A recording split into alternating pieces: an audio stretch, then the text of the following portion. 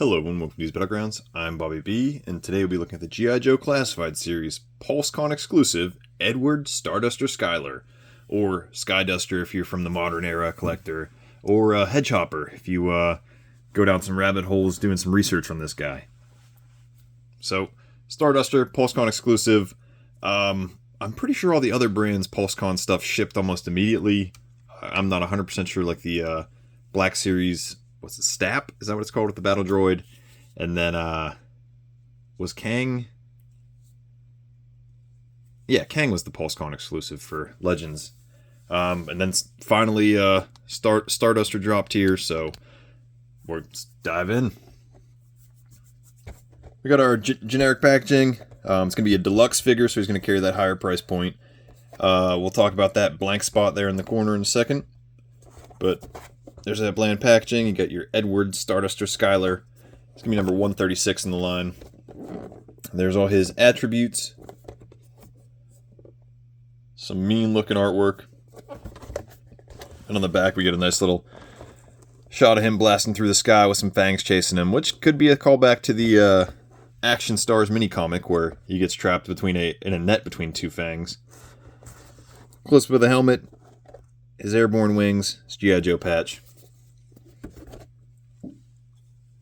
So, StarDuster's from 1987. He was a mail away through the Action Stars cereal, which is why we get this little pop-up cereal box, which is cool, but you have to glue it or tape it or something. But it pops right out of the cardboard with ease, so you don't have to worry about cutting it or anything like that. Like, it's a cool concept, but there's no way for it to like really stay together unless you glue it or tape it or something like that. So that's why it's like this. But you get that same digital render on the shot. You got some cereal pieces there. I believe the Action Stars were actually shaped like stars, so I don't know why they couldn't just find a generic star cereal to use. Got your nutrition facts. None of it's legible. And then we got, looks like Roadblock climbing the Red Rocket, because that was like his uncle and aunt owned the burger chain Red Rocket, or owned a franchise. Every time I put on the YouTube channel, I feel like that episode's always on. The live YouTube channel, not like the actual, I pick that episode every time by accident. It's the live, I feel like that episode's always on. And there's a crossword puzzle, but you can't really solve it because it's all just kind of blurred out. But cool concept. You just gotta glue it or tape it. It'd be cool if you could like fold it and it would stay together. You can kind of do that with the top a little bit to get it to like catch like an actual cereal box, but it doesn't stay because the sides split. So cool concept, similar to Slaughter and his little action figure, but I don't know, just kind of executed not terribly, just not as well as I guess it could have been. But at the same time, I can't imagine the manufacturer cost to create a miniature cereal box that small that would stay together and all the QC issues that would be involved in that. Diving into StarDuster's loadout here, since he is the GIJoe team's jetpack trooper, we get our jump pack, and instead of the flag like we've seen in the past, we get a nice StarDuster star, I guess. I always thought it was like the USAF logo for Plastic Army Men. So then we get some black coloring on the tubing, portholes for the blast effects, and a little bit extra detailing in there. Comparing it to the steel core pack, not a whole lot different.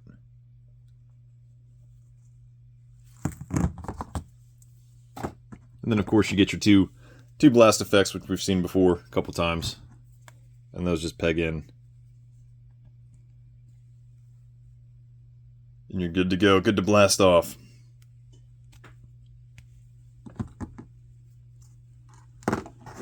Now, we get some reuse, but this is what the original came with, the gung-ho shot, grenade launcher. And we also saw that with, who else did we see it with this year? General Hawk last year in Retro Gung-ho. So that's making its return. It's in silver with some black. It's pretty solid. I can't complain too much about it. The strap feels pretty good. Feels pretty pliable. But it works out. So keeping that classic look to the original. Or classic weapon for the original. We get our Sunbow cartoon rifle, which, like I've said in the past, every Joe should come with this, and every Cobra should come with this. I'll keep saying that until it happens. There's just no reason it doesn't. But so I'm always here for this. And then this one's gonna be in all black, no additional colors. So if you want to give it the snow job, I think this is the first all black one we've gotten. Usually we get some greens or some grays or some browns. So now we actually got all black, perfect for snow job. We get that same pistol we saw with Retro Duke. Who else? With Night Force Shockwave. I feel like somebody else has recently had Raptor, maybe recently came with it.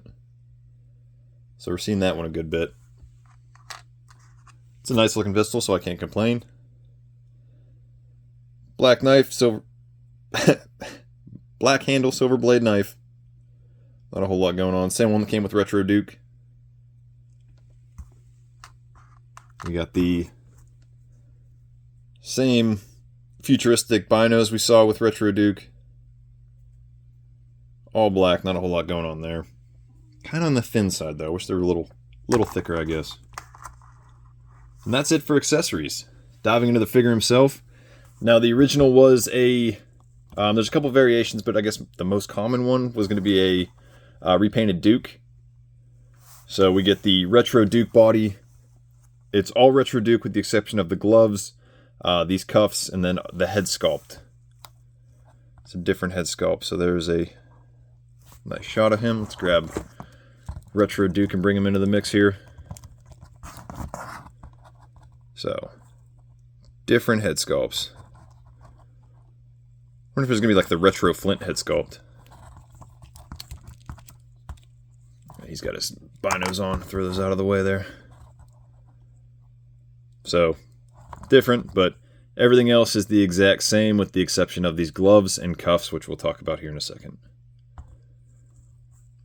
think some paint on these pouches with this flat tan would have been pretty nice. So we got that same bandolier. We got those silver airborne wings, and that paint's looking good.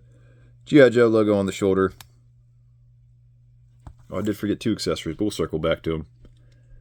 And then we got these. I think this is Zemont Tomix had these cuffs, and then we just got two trigger hands on the figure.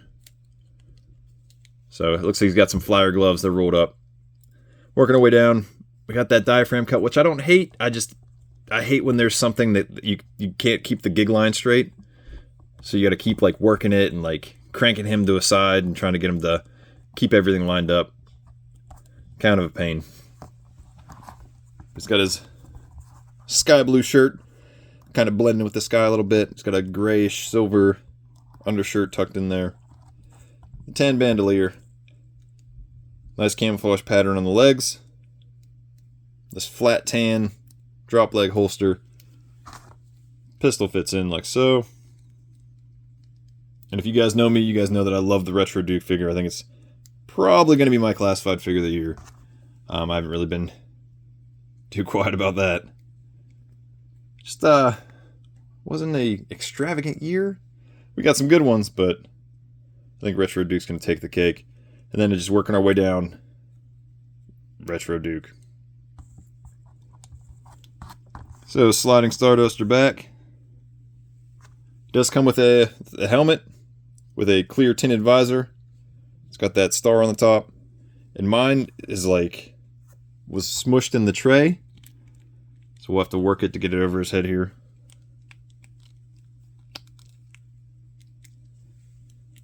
There he is, visor up, but that visor is going to be down.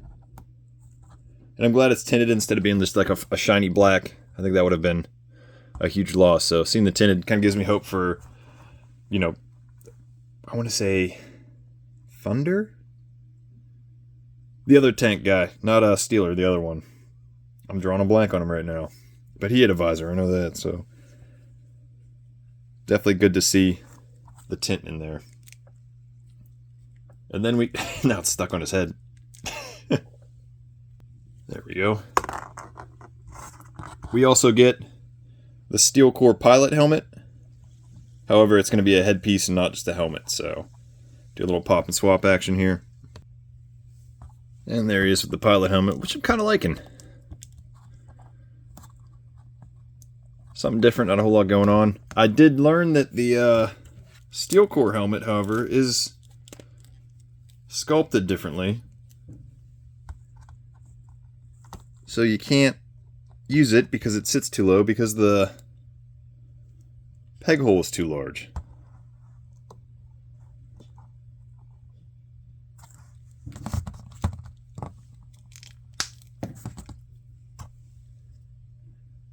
So there is a difference. Looks like there's some different sculpting under the chin there, but that might just be some excess from the factory. But so maybe this is a step in the universal neck peg. So you can't use the classic steel core helmet on it because it would just drop on.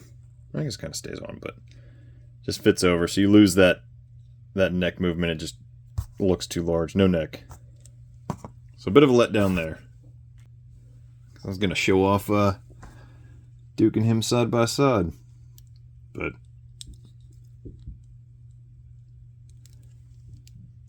backpack pegs in. Fits pretty good. I mean, there's some space in there. But I think you'll have that with just about anything. He's ready to go. And I think we'll be seeing a lot of him and Glenda paired up because when I got back into G.I. Joe in 2009 around the Resolute, there was a convention set. I believe it was StarDuster and I can't even remember his name. Some paratrooper guy, and I always thought StarDuster was a Action Force and international figure. Because of that, and I didn't know, he came with the Action Stars mail away, and there was a Hasbro Direct mail away after that. So, doing my research for him tonight, and I discovered that, hey, the 2009 one, who was like SkyDuster or something like that, was part of the international team, which I always thought he was, especially because he's in the NATO blue. And he takes over the Argentina sector of G.I. Joe, so him and Glenda, especially with him being semi-helicopter related, definitely be going side by side. And if you really wanted to mix it up, or if you were that deep into OG, you could grab an extra Recondo, paint his holster black, and throw it over him. And you'd have a different variation of StarDuster from the mail-away era, if you would. But that's all I got. Did you guys pick up StarDuster? Did you guys skip out on him? I'm really liking him. I probably should cover his hands, huh? We got a ton of extra hands, too, which is something that's always nice to get. 2 fists, left and right. Left and right trigger hand on the figure. We got a pointing hand, and we have a cereal box grabbing hand. So you can just take a handful of cereal, stuff it in your mouth, be good to go. I'm liking him. I don't think he should have carried the deluxe price point, but I don't know if that's just because of the jump pack. But nothing's new, but besides the head sculpt and this cardboard cereal box that was a travesty.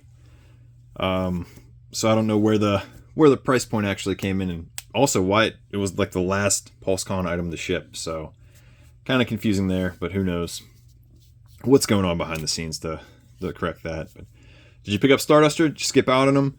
Are you going to put him in your Dragonfly with Glenda? Let me know in the comments below. Till next time, load up, grab your kits. See you on the battlegrounds.